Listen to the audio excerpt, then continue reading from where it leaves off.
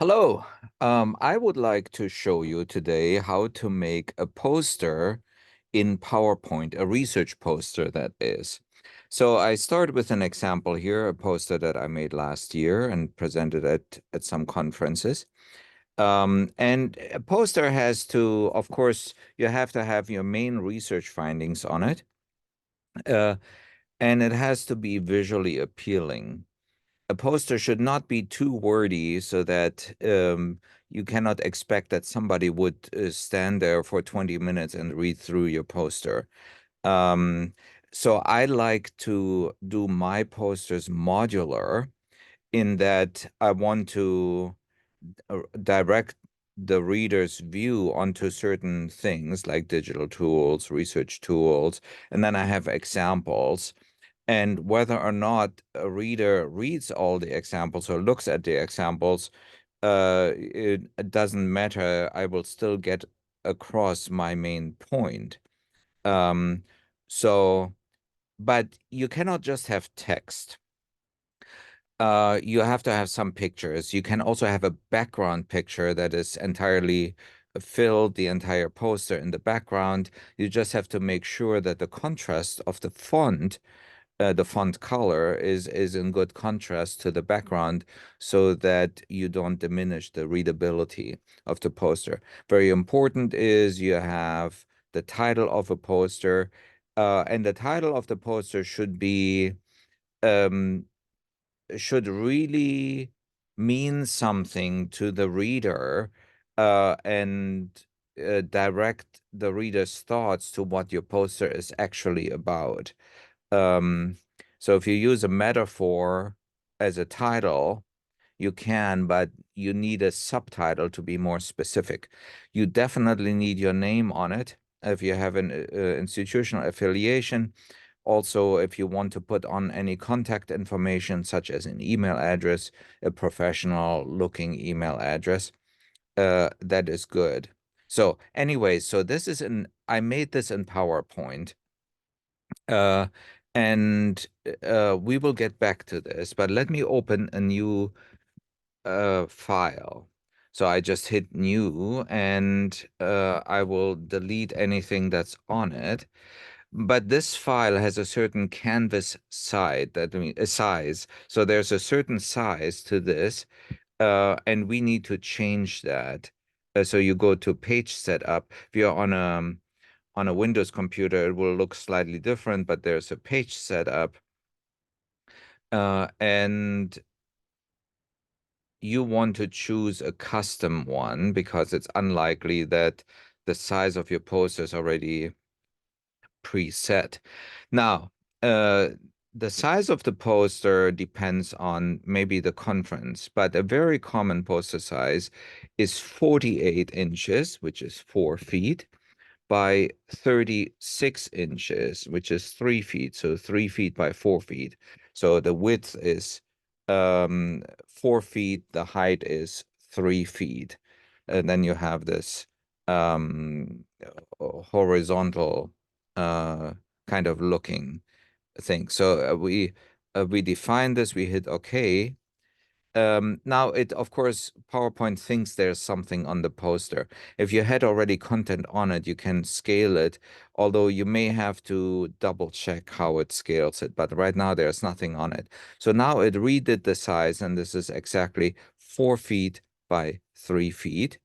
And now you can start putting your poster content on it. Of course, as you can see here on the very bottom, it shows the percentage that we're viewing. It's only 23% because 100% is a very large poster that you then send to the print shop to print and to exhibit to the conference, unless you're doing it at a conference where you have only digital posters. Then, of course, you only need the digital file and you save the printing costs. Um, so you just start inserting text boxes as well as graphics, meaning pictures. So a text box, you insert a text box, you drag it to where you want it. Let's say you want this is the main poster title, And as you can see, it looks beautiful. That was a joke. Of course, the font size is much too small for this size of the canvas. So I like Times New Roman. You can use your favorite font size. On the poster I showed earlier, I think I used 88, but you have to play around with it. And then you should also add and I undo the automatic correct by and your name. Now, maybe the name doesn't need to be as big as the main poster title, and the main poster title should probably be bold, and all of it should be centered. And then you can put this closer to the edge, but you don't want it too close to the edge, depending on where you are. Now, if you want to zoom in, go to 100% of your page view, and this is how it will look like once it's printed. So if there is like, this is more than an inch space, so you can even put it closer to the top, but you want to leave a little margin because the printer may cut it off. So all around your poster, you will have to see that you're not too close to the margin. All right. So now I have the poster title. I can make text box and type in my text. I can include pictures by simply going to insert picture from file, and then you look for a picture on your computer that you want to include. And that's basically how I got to this poster. I do have a few other things, like I have a text box, like lines around something, and that is, of course, a text box where you can say you want to show the lines around, and you can probably figure that out on your own. But I also have arrows, and I use these shapes for arrows. Um, and so here is an arrow. Now, I think there are different ways to make uh like to actually alter the arrow and the size of the arrow. And I think I now forgot on how I do this, but there's a way to do that. But one thing I want to point out is that this line is very, very small. If you see here, the width of it is 1.5 points. And it's much too small for a poster that's 3 feet by 4 feet. So you want it much more visible, like these lines here. I did 3 points. Let's see if they're all consistent. And they should be all consistent if I did this right. They're all 3 points.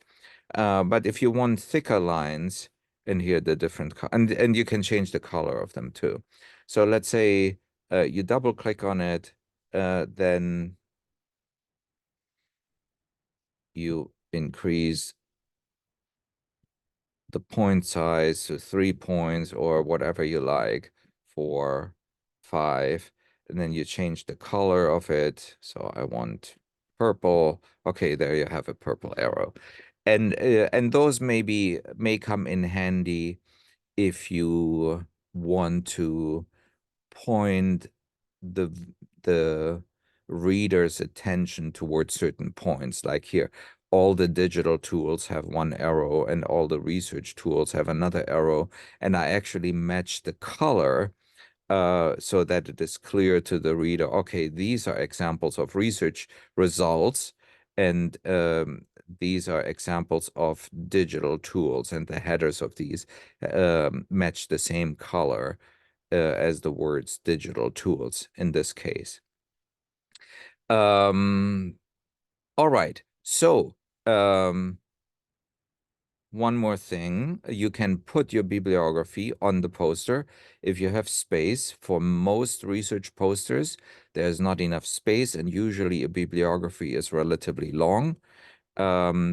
So nowadays, of course, we have QR codes, and if you uh, attend a conference where you show the printed poster, then people walk around and they have their cell phone in their pocket and they can just scan the QR code. Um, and what I like to do is to link the QR code to the bibliography and the poster itself. And in fact, it should just say, instead of handout, it should say poster. That would have been much more descriptive of what it actually is. So poster and bibliography. So I can actually show this to you. What I did, because I pulled it up here for this particular poster, I have a Word file. I have my name, again, contact information, the title of my presentation, and bibliography. And then I saved it as PDF. And then I also saved the poster as PDF, and I will show that how to do that in a minute. And I here in Acrobat, I basically I merged those two files together. Then I put my file somewhere online, some online space you may have. If you don't have any, you could also just do link to a Google Doc, except it may not be a PDF file. It may just be a Google Word file or something like this. So anyways, um,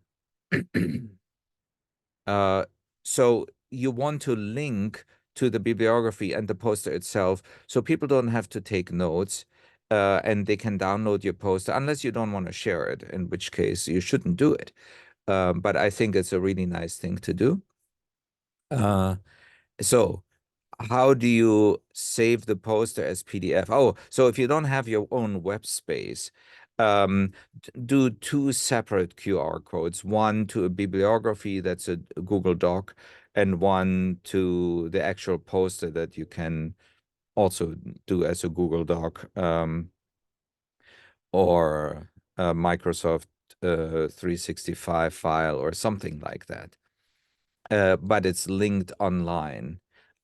So once it's online, so let's say you put it online and you have your Google Doc or whatever URL. This is my URL to this handout and poster, the bibliography and poster.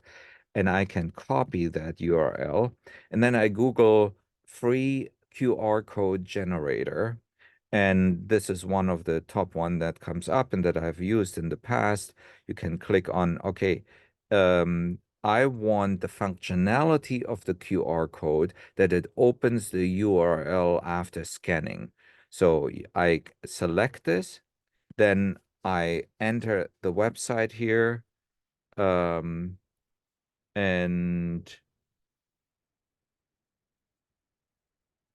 then you can even add a logo, although I don't know if you need to pay then. And then you want to download your JPEG. It says it's being generated. Do not refresh or exit. And now it downloaded. So if you click on this, these are advertisements, so don't do that. But it downloaded my QR code here as frame 5. This is the QR code to that particular poster. And I did this before. Of course, this should actually look exactly the same as on the actual poster, and it does. And then you can insert that as a picture onto your poster, and there it is. Okay, so now how do you save your let's say your poster is done. How do you save your poster? If you want to send it to a print shop, you cannot send it as a PowerPoint file. Most like you have to check with the print shop, but most likely they want a PDF. So I'm on a Mac. Here on a Mac, we print to not to a printer, but to save as PDF. And then I can save that. Let me put that here into downloads as an example. Example 1 PDF. I save it, and this does it wrong. And but there's a point I want to make. Then you open this PDF file in Acrobat, and you have to double check the properties of this file. And if you do, you will notice that the page size is not 3 feet by 4 feet, not 48 inches by 36 inches, but 11 by 8.5. Why? Because when I hit print, the paper size was 8.5 by 11 because that's what I normally print to. So when I selected save as PDF, it saved it as PDF to this paper size. So you will actually have to define your poster, and I already predefined one, but you manage custom sizes, then you can add one. You can call it poster or whatever you like it to call it. Then you enter, okay, you want the width to be 48 inches, the height to be 36. Then, and you can define margins, and you hit OK. And then you have the poster size. Now, see, the orientation is not right. And you will have to once go back and forth between the horizontal and vertical orientation, so that it doesn't look like this, but it looks like this. And then this is the paper size or the file size, essentially. And then you can save to PDF, and that will be my example 2. And I save it here. And those files, by the way, are relatively large because if you include pictures, that increases, of course. If you have lots of pictures, it increases the file size. So now if I open this in Acrobat and I go to Properties, I see the page size is 48 by 36 inches. And this is very important because you don't want to send it to a print shop and they print it 8.5 by 11. You wanted them to print this 48 by 36 inches or whatever poster size is required at the conference. And again, if it's just a digital poster, you don't have to worry about printing, but you still want the file size to be a good file that can be viewed. So now you can zoom in. In fact, one thing that I always like to check, I like to put it at 100%. And if you go to a conference where you present a printed poster, you want to put this on your screen 100% and walk 6 feet away from your computer and see if you can still read it. If you can't read it, if the font size is too small, then you need to increase the font size. So a poster need to be able to be read from 6 feet away without having, a magnifying glass. Um, so you can, but if this is a purely digital poster, then you don't have to worry about it. But still, you need to be able to zoom in, and the resolution need to be high enough that you can actually see the content of it. Okay, Jacob Sawyer. Here's Jacob Sawyer, the son, the composer that my research is about, parts of this research. You want to make sure that the line doesn't cut off too much of your words, things like that, so you can zoom in. Anyways, now I have the right poster size. I have a QR code that works. You would definitely want to double check. So you want to take out your phone. You want to scan the QR code right now. Maybe even ask if you did this before on your phone, it may remember it. You may possibly want to ask somebody else. If maybe I have an Android phone, you may want to ask somebody with an Apple phone, with an with an iPhone to scan this if this works properly, so that all functionality works, and then you're done and you have your PDF file that you submit as either your digital poster for a conference, or you send it to a print shop, get it printed, and take it to the conference.